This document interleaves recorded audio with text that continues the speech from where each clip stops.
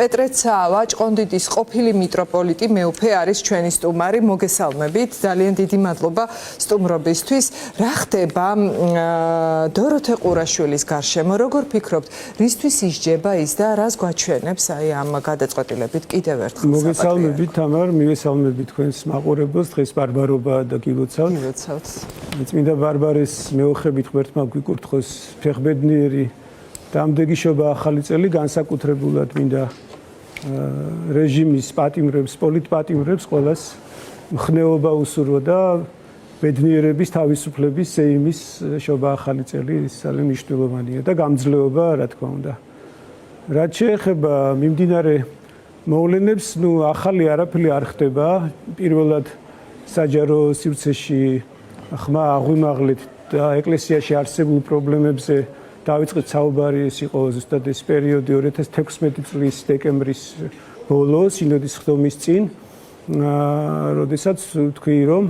ეკლესიაში რა თქმა უნდა არის პრობლემებიც, რაღაც სამღვდელოების ერთი ჯგუფი მეორეზე დაპირისპირებული ერეტიკოსებად მოიხსენიებდნენ, იქ გამოხდა ქორეპისკოპოსი მაშინ იაკობი და თქვა რომ რაღაც პატრიარქის წინააღმდეგარი ბრძოლა დაწყებული და ჩვენ დავიცავ ჩვენს პატრიარქს, იქ ვიღაცა გაილახა, მოიტყება რაღაც ისეთი სისულელეები და უკვე მეტის მოთმენა შეუძლებელი იყო და თქვი რომ რა თქმა უნდა ეკლესიაში არის პრობლემები, მაგრამ მთავარი პრობლემა არის ჭრილოვანი მართლობა, კანონიკური სამართლის ფაქტიურად არ არსებობა, საეკლესიო სასამართლოს არ არსებობა და ქალის გადაჭარბებული ძალაუფლების გემახსოვრებად. ეს პირველი ისეთი მაღალი განცხადება იყო. მე რამდენჯერმე იგივე სააპელაციო წერილში გვაქვს ნახსენები და მიმართავს სინოდს და ამ წრუ პატრიარქს რომ ესე იგი თუ ჯულის კანონს არ დაიცავთ და თუ ეკლესია კანონიკურად არ იქნება მართული და ფეხქვეშ იქნება ჯულის კანონი გათელილი და საეკლესიო სამართალი და ზოგადად სამართალი და ქრისტიანული მორალი, მაშინ ესე იგი პასალი დიდი სიტყვებია რომ სრულ ავრეულობამდე მიიყვანს ამ ყველაფერს. ანუ აქეთკენ მიყავს. უფრო მეტიც გავიხსენებდი, როდესაც მრევლთან და სამღვდელოებასთან ერთად საპატრიარქოში 2019 წლის ბოლოს ამ ცნობილი მოვლენების შემდეგ მივედით და ვითხოვდით პატრიარქთან შეხვედრას, რათა ჩვენი გულის ტკივილი კიდევ ერთხელ გვემსჯელა და გვეთქვა მათ შორის ეპარქიაში რაც საზღვრობები ხდებოდა, ჭყონდიდში ეს აისახებოდა და ამის სახე წაყროება არაფრით არ შეიძლებოდა. მაშინ აღარ მოხდეს ამის საშუალება და გარედან მისე მიმართე, რა თქმა უნდა, ესმოდა და ეს ჩანაწერებიც არის. თქვენ მეთქი ამბობდით რაღაც მღვდლის თითქოს სიტყვებია, როდესაც გახდა პატრიარქი, რომ მან სუდარა გადაფარებული არ თითქოს მკვდარი, ცოცხალმკვდარი ეკლესია ჩაიბარა და ესე გააცოცხლა და ესე ცალკე თემა ამ საბჭოთა მეთოდებით როგორ გააცოცხლა და მთავარი ფუნდამენტი მართლმადიდებლობა ფაქტიურად და სახარებისეული რწმენა გამოაცალა. ქრისტე ჩვენ უნდა გვწამდეს სახარებისეული ჯვარცმული ქრისტე და არა დაუშვათ რაღაცა ძალაუფლების ღმერთი და ფულის და გავლენების და ასე შემდეგ სიცრუის ღმერთი კი არ უნდა გვწამდეს, არამედ ჯვარცმული ქრისტე, რომელსაც ეს წუთისოფელი უარყო და პატივს და ძალაუფლებას არ უნდა ვაკერპებდეთ. და თქვი რომ იქით მიდის საქმე, რომ თუ გონზე არ მოხვალთ და არ ამოქმედება რჯულის კანონი და საეკლესიო სამართალი, მაშინ ესე იგი სუდარა გადაფარებულს დატოვებთ თქვენ ეკლესიას თქო. და აი ზუსტად იქით მიდის, იქამდე მივდივართ, რომ ეს კაცი ყველაფერს აკეთებს. ფაქტია, რომ მხოლოდ მისი ძალაუფლება და სიკვდილამდე რაღაც ეს პატივი პატრიარქობისა, დანარჩენი უბრალოდ სირცხული ახლა ნებისმიერ კათოლიკურ სამყაროში ავიღოთ, ნებისმიერ სხვა მართლმადიდებელ სამყაროში, თუ ნებისმიერ ალბათ რელიგიურ ორგანიზაციაში მსგავს მდგომარეობაში მსგავსი უნარო ადამიანი, რომ სინოდი 2 წელია რჯულის კანონი გვავალდებულებს, რომ წელიწადში 2 ჯერ გაიმართოს სინოდის ხდომა, რომელსაც ასევე აქვს მითვისებული საეკლესიო სასამართლოს ფუნქციები. აი წარმოიდგინეთ, რომ საერო თვალსაზრისით დაუშვათ პარლამენტის ხდომა, მთავრობის ხდომა და სასამართლოს ხდომები რო არ იმართებოდეს 2 წლის განმავლობაში და რაღაც ბანდა რაღაც გადაწყვეტილებებს ღებულობდეს, ვიღაცას სჯიდეს, ვიღაცას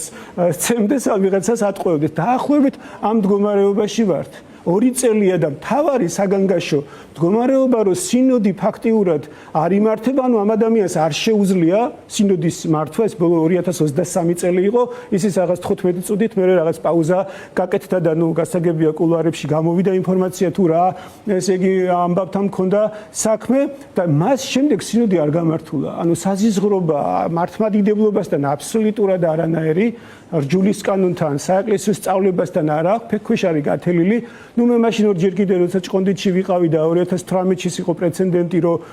ესე იგი მიიღო გადაწყვეტილება სინოდმა 2017-ში, რომ ციანდის საქმეში სამივე ინსტანციის შემდეგ შეიქმნებოდა ეგრეთ წოდებული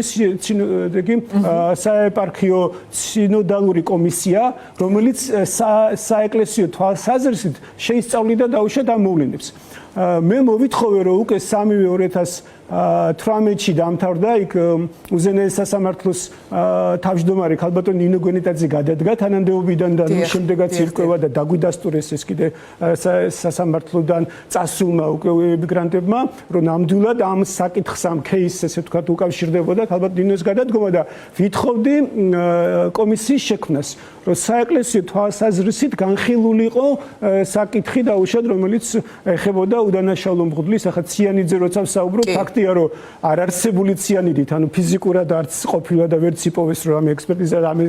ჩადებული ნივთი ჩასადებადაც კი ვერ იპოვეს ფაქტიურად და გამოდის, რომ ციანიდის შემცველი საქმეში ციანიდი არ არსებობდა და ციანიდი აი ახლა გაგვახსენდა ზუსტად. თურმე ესე იგი წლებია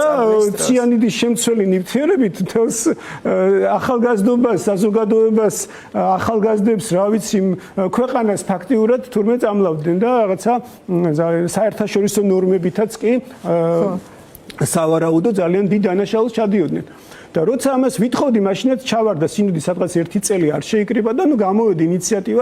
ინიციატივით, ესე იგი ბერძნულ სამყაროში არის, რომ სინოდის წევრების დაუშვათ 1/3 თუ შეიკრიბება და მოითხოვს, რომ სინოდს პატრიარქმა უნდა დანიშნოს დებულების თანახმად, მაგრამ თუ პატრიარქი არ ნიშნავს სინოდს და დაგროვილია საკითხები, საჭირბოროტო, რომელიც განხილვას მოითხოვს და რომელიც გარეთ სასურველია რომ არ გავიდეს და სააჯარო ეთერებში ესე იგი არ წყდებოდეს, მაშინ ესე იგი ვალდებულია პატრიარქი, რომ სინოდი ჩანიშნოს 1/3 მღვდელმთავართა რაოდენობის მოთხოვნით. ანუ ამ ინიციატივით გამოვედი, რაც ჩვენთან დებულებაში არ არის გათვალისწინებული, მაგრამ ძალიან მარტივად შეიძლება ამ გადაწყვეტილებას მიღება, რომ რადგან პატრიარქი არ იწევს, ეხლა მღვდელმთავრებს დავუკავშირდეთ და კითხოთ, რომ რატო არ იკრიბებით, ითქვიან, რომ პატრიარქი, მაგრამ ხედავთ, რომ ეს პატრიარქი უნაროა, არ ნიშნავს, მაშინ შენ რას წარმოადგენს სინოდის წევრი რო ხარ. მე მხოლოდ ამიტომ, როცა მეუნებოდნენ, რომ გაჩერდი და ისჯები და ასე შემდეგ, რომ მე ვარ სინოდის წევრი და მე ამ პასუხისგებლობას ვერ გავექცევი. ხო, ახლა სინოდის გადაწყვეტილება უნდა ყოფილიყო, თუ კი მღვდელმოქმედებას უჩერებენ მაგალითად კონკრეტულ ადამიანს და ადანაშაულებენ იმაში, რაში ძალიან მარტივია, ხა დასჯადი არის მხოლოდ კითხვით. წითელი ხაზები არის პირადად ცრუ პატრიარქის კრიტიკა და მხილება, აი ეს არის ესე იგი წითელი ხაზები და მისი მდივან რეფერენდის ქალბატონის, რომელიც დე ფაქტო ჭრილოვანი მართველია და რომელიც ეხლა უფრო კარგ, უფრო კომფორტულ მდგომარეობაშია. თუ ადრე როგორც თვითონ ამბობდნენ და პატრიარქის ამას ამბობდა, რომ შორენა არის ჩემი ესე ვთქვათ მეხამრედიო, ნუ ეს წლების წინ. ეხლა შიომუჯირი გახდა და ჯაღნაძე მისი მეხამრედიო. შვილის არც ერთი განცხადების ადრესატი არ ყოფილა, თუ გავიხსენებთ, არც შორენა და მაგას ვამბობ, ანუ მაგას ვამბობ, არქიმანდრი დოროთეს ეს ფაქტიურად წითელი ხაზები არ გადაუკვეთავს, ახლა ამით რამდენად სწორად და მართებულად იქცევა, მე რა თქმა უნდა არ ვეთანხმები, ახლა სახარებაში უფალი ბრძანებს, მოციქულებს ეუნება, რომ თქვენი სიმართლე თუ არ აღემატება ფარისეველთა და მწიგნობართა სიმართლეს, ვერ შეხვალთ სათასასუფეველში. ჩვენი მიზანი ქრისტიანებისა, ბერებისა მით უმეტეს, რომელსაც თავი ქრისტეს შევწირეთ, ჩვენი მიზანი სათასასუფეველია, მარადიული ბედნიერებაა და არა მიწიერი დაუშვათ დიდება. მაშინ ამ შემთხვევაში რა გახდა წითელი ხაზი? ამ შემთხვევაში რა თქმა უნდა საქმე გვაქვს ხელისუფლებო დაკვეთასთან. ხელისუფლების დაკვეთასთან, ანუ მას ეს წითელი ხაზები კიდე გეუბნები, არ ვამართლებ ამ ნაწილში, არ ვამართლებ, რომ პატრიარქს არ ახსენებს და კიდე ერთხელ ამბობ, სრული მთელი პასუხისგებლობა, რაც ეკლესიაში დღეს ხდება, რა გარემოცვაც შექმნა მან, ესე იგი არის, რა თქმა უნდა, პატრიარქად წოდებული ილია ირაკლი შიოლაშვილი. რა თქმა უნდა, ის არის ამ ყველა ის სისტემა, ჯერ ერთი შიომუჯირის უკანონოდ დანიშნა და მოსახდრად გამოცხადება, მაშინ როცა თვითონ უნდა გადამდგარიყო, თუ დანიშნა და 2018-ში გვითხრა 18-ის გაზაფხული სინოდის ხთომაზე, რომ როდესაც ეს პრეტენზია ერთმა მღვდელმთავარმა გააჟღერა და მეც ვთქვი, რომ არასწორია, მაცალე ცოტა ხანი და გადავდგებიო. ხო, აი ეს რაზე მიუთითებს? აი პატრიარქის, აი მე პირადად გეუბნებით ჩემს აზრს და მინდა საზოგადოებამ ეს ესე იგი გულისყურით მოისმინოს. ერთადერთი ჩვენ რითაც პატრიარქის სახელით ბლანკი, სადაც სრულიად საქართველოს კათოლიკოს პატრიარქი და თქვათ ესეთი ფერადი წითელი ემბლემა საპატრიარქოს იმაზე არის გამოსახული და ფაქსიმილი არის დარტყმული ან ხელმოწერა. ერთადერთი რაც უნდა ჩვენ მივიღოთ ეს მხოლოდ უნდა იყოს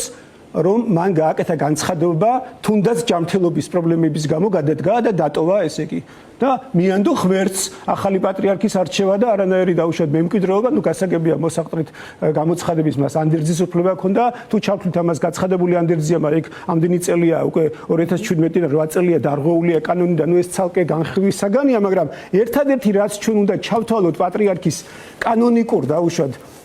საქციელად ამ ბეჭედითა და შტამპით ან ფაქსიმილით ეს უნდა იყოს მხოლოდ მისი დანარჩენი რა თქმა უნდა ფარსია ეს იყო ხელისუფლების დაკვეთა დარწმუნებული ვარ რაღაც პატარა ამ ქალბატონო ეთქვა ცოტა ტრიუკი გაუკეთა ის ხო ბევრად დიდი გამოცდილია და ახაც მაინც საბჭოთა კაკების კადრია და ამათთან შედარებით რომელიც რაღაც ნეობოლშევიკური მსოფლმხედველობით არიან და რაღაც ცდილობენ რომ ძველ საბჭოთა შორინას გულისხმობს და ფაქსიმილეც მისი რა თქმა უნდა ფაქსიმილი ახლა შიო მუჯრის უბრალოდ სისულელეა და რაღაცა თავმოყარეობის არ ქონაა როცა რაღაცა შიო მიტროპოლიტ შიოს თუნდაც და ჯაღმაიძეს ან ბოტკო დავაბრალოთ რომ ესენი როგორც სამსახურში ისე მიდიან და მოდიან ამ საპატრიარქოში ან შეიძლება თუ არ მოინდომა ქალბატონმა დაცვამ არ შემოუშვას მათ დასახელებულმადგან არც ერთი კი ბატონო რა შეიძლება იყოს გაგრძელება შიო მუჯირს მხოლოდ თავისი სენაკისა და ჩხოროწყუს ეპარქიის ბლანკს თუ გამოიყენებს თორე არც გააკარებს არავინ არა თუ ფაქსიმელიას აი ბლანკი რო დაჭირდეს პატრიარქის სახელით აი ამის უფლება არ აქვს დამერწმუნეთ ეს ნამდვილად და უბრალოდ ჩვენ არ უნდა მოვიტყუოთ თავი რომ თითქოს რაღაცა ძალაუფლება როგორც ორი რუსეთი არ არსებობს და რაღაცა კეთილი რაღაც დაჯგუფება კრემლში არ არსებობს და მახსოვს 2008 წლის შემდეგ ეს ფარისეველი მართლა კაკებეშნიკურად გვეუბნებოდა რომ იცითო ჩემთან ერთიო პოლიტიკოსიო ჩამოვიდაო მოსკოვიდან პუტინს შეხვდაო და ესე უთქვა მაშინ ხო პრემიერ-მინისტრი იყო და ემზადებოდა შემდეგი ესე ვთქვათ პრეზიდენტებისთვის ესე უთქვამსო ეს რა შეცდომა დაუშაო მედვედევმაო ესე იგი რო აღიარა აფხაზეთი და ცხინვალიო. ნუ ამით ესე იგი განწყობას გვიქვრი და მე რომ მივხვდი რომ თითქოს ხედავ ესე იგი პუტინის ნების garaშე მედვედევს მიუღია ეს ესე ვთქვათ გადაწყვეტილება რომ მიითვისა ტერიტორიები და მაშინ როდესაც მანამდე ხო აღიარა ტერიტორიულობას და ფაქტობრივად აღიარა. აი ესეთი ფარსია, აი ესეც შეცვლეს, თორე როგორც მოხდა თამარ 93 წელს, როცა უდანაშაულო, რომელსაც არანაირი გამტაცებლებთან და თვითმფრინავთან ფიზიკურად არ იმყოფებოდა დახრიტა საბჭოთა რეჟიმმა, იმიტომ რომ მას უნდა ერთი რომ რაღაცა ამით ჩირქი მოეცხო ეკლესიისთვის და მეორე ორგანიზატორად ესეთი გამოეყვანა რაღაც უფრო იოლი იყო მათთვის და მღვდელი უდანაშაულო მღვდელი დახრიტეს. ხმა არ ამოუღია და სინოდს როცა 2017 წელს ციანდის დროს თქვი რომ ჩვენ საბჭოთა პერიოდის ეკლესიამ და საპატრიარქო მეთქი ვერ შეძლო უდანაშაულო მღვდლის თეოდორე ჩიხლაძის დაცვა და ეხლა მაინც დავიცვათ ეს უდანაშაულო მღვდელი მეთქი და სინოდზე მისაყვედურად შენო ესო მეო რატომ აკადრეო მეო ბრეჟნევს გაუგზავნე წერილი დავუცებ დავიბენი და შევხვდით ხარ თუ ესე არ ვიცოდი და მაშინ ესე იგი მე ბოდის მოვიხდი მე გამოვედი სინოდიდან და აღმოჩნდა რომ ბრეჟნევი უკვე გარდაცვლილი ერთი წლის და ანდროპოვი მართავს თქვა ხა როგორ შეეშლებოდა მითხარი რომ ბრეჟნევს გაუგზავნე თუ ანდროპოვს და არ არსებობს არანაირი ასლი ვინმე გელაშვილს ვინც იყო უზენაესი თუ საბჭოთა რაღაც ხომ პარლამენტის საბჭოს ესე იგი თავმჯდომარის მოადგილე ანუ ვიცე-სპიკერი ვინც იყო მასზე იყო გაგზავნილი ანუ მოიტყუა ფაქტიურად აი ბოლო დღეებში როცა მოლოდინია კი ბატონო აი დაიჭერენ თუ არა დოროთე ყურაშვილს 90-იან წლებში მაგალითად რომანოზ იცის მამა დოროთეს ეცოდინება რომანოზ ჩიკობავა წალენჯიხის წინამძღვარი კაცი რომელიც უბრალოდ აპროტესტებდა და არ ეთანხმებოდა კანონიერი ხელისუფლების იარაღით დამხობას და პუჩს ესე ვთქვათ ხო მხედრიონის თარეშის დროს ვერთფრენით ესე ჩამოკიდე თოგზე ჩამოკიდებული ჩამოიყვანეს ცემატყებით გაატყაეს სრული ამ სიტყვის მნიშვნელობით ტყავი ქონდა გამწვალი ადამიანი გაატყავეს აწამეს უკიდურესად და შემდეგ რამდენიმე დღეში ესე იგი ეს ჯვარი მხედრიონმა ვიღაცის მეშვეობით საპატრიარქოს გაუგზავნა ეს ჯვარი და პატრიარქმა შემდეგ დაუბრუნა ამ მღვდელს მაგრამ კი არ დაიცვა ანუ არასოდეს ის რომ ჩვენ ამბობთ რომ თუნდაც პატრიარქი არასდროს პატრიარქს ხელისუფლების ზეწოლით ანუ ეს არის ის პატრიარქი რომელიც საბჭოთა პერიოდიდან თავისი კომპრომატებით ყოველთვის იმართებოდა ერთ-ერთი გამსახურდიას დროს ეს დარჩა ერთგული კაკებესი და საბჭოთა სპეცსამსახურების და საერთოდ საბჭოთა კავშირის ესე ვთქვათ ერთგული დარჩა ერთადერთი ეს იყო როცა დაპირისპირება მოხდა ხელისუფლებასთან იმიტომ რომ ზურგი ქონდა მოსკოვიდან და ალბათ ძალიან კარგად იცოდა რომ თუ არ დათმობდა გამსახურდია რაც მოვლენდებოდა და რაც მოხდა 91 წლის დეკემბრის ამ დღეებში ავად სახსენებელი შემდეგ ესე კი ეს მოვლენები ჩვენ გვახსოვს წინააღმდეგ შემთხვევაში ის ყოველთვის ხელისუფლებისაგან როგორც საბჭოთა პერიოდში ჯერ მეფის რუსეთის ოსობელი პროკურორები მართავდნენ, მე რწმუნებული, ანუ კაკებეს წარმომადგენელი რწმუნებული მართავდა. ეხლაც მოთხოვა უბრალოდ როგორც აი სწორად გამიგეთ, აი როგორც ხელისუფლებამ ეგრეთ წოდებულმა ვერ შეძლო 2022 წლის ნუ იქ გავრილოვის ღამე გვახსოვს ჩვენ, მაგრამ 22 წლამდე მაინც მეტნაკლებად იქ უკვე შარლ მიშელის ჩამოსვლა 20-ში და ესე ვთქვათ შერიგება და პარლამენტში ოპოზიციის შეყვანა, რაც მიმაჩნია რომ მაშინაც ალბათ არ იყო გამართლებული ჩემი ყოველ შემთხვევაში შეფასებით და არალეგიტიმურობა მაშინვე უნდა შერჩენილიყო პარლამენტში და მოახერხა 2022 წლამდე, მაგრამ 22 წელს უკვე უკრაინის ომმა ეს სივრცე აღარ დაუტოვა ხელისუფლებას ორმაგი სტანდარტის. ეხლა უკვე ხელისუფლებამ სივრცე აღარ დაუტოვა საპატრიარქოს ორმაგი სტანდარტის, რომ მამა დოროთე არ დაესაჯათ. და რა თქმა უნდა ეს არის როგორც მაშინ თითქოს ისეთი ტრიუკი ფაქტიურად გამოდის, რომ გაუკეთა ქალბატონმა კობახიძე მიიყვანა, როცა მამა დოროთე იყო დაბარებული, იმ დღეს თითქოს მივიდა და პატრიარქს ოჯახი დაალოცია და მე გახადა საბაბი იმის თქმისა, რომ აი კობახიძე სპეციალურად მივიდა თურმე პატრიარქისთვის, რომ მოეთხოვა დოროთეს დაჯერა ხა ერთი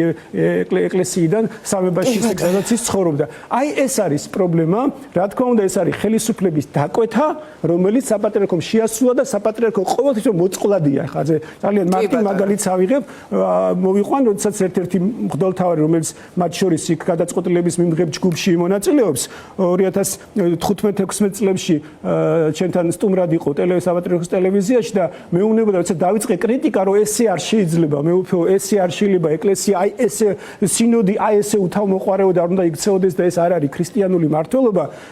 გვერდზე გამიყვანა იქ მამებს თხოვა, რომ დავეტოვებინეთ მარტო და მითხრა, მკითხა, რომ მე ვფიქრობ, მე თქვენ მკითხავთო, თუ იცითო საპატრიარქოს თავარი პრობლემის შესახებო. რატო ხდება ეს ყველაფერი და რატო ვერ ვიღებთ ხმას და რატო დუმთ და რატო თუნდაც ქალბატონს აქვს ამდენი უფლება პატრიარქზე და ერზე. და თუ იცითო, მითხარითო და თუ არ იცითო, არ მკითხო რაო. ნუ საქმე იყო იმაზე, რაც ჩვენ თქვენთან ეთერში შემდეგ მომიწია ამ საქმის გაგრძელება და ამიტომ არის მოწყვლადი პატრიარქი და შესაბამისად ეს გარიმოცვა არ არსებობს არანაირი დაჯგუფება საპატრიარქოში, როგორც არ არსებობს ორი რუსეთი. დიდი მადლობა. მეუფე პეტრე ცაავა, ჭყონდიდის ყოფილი მიტროპოლიტი, იყო ჩვენი გადაცემის სტუმარი.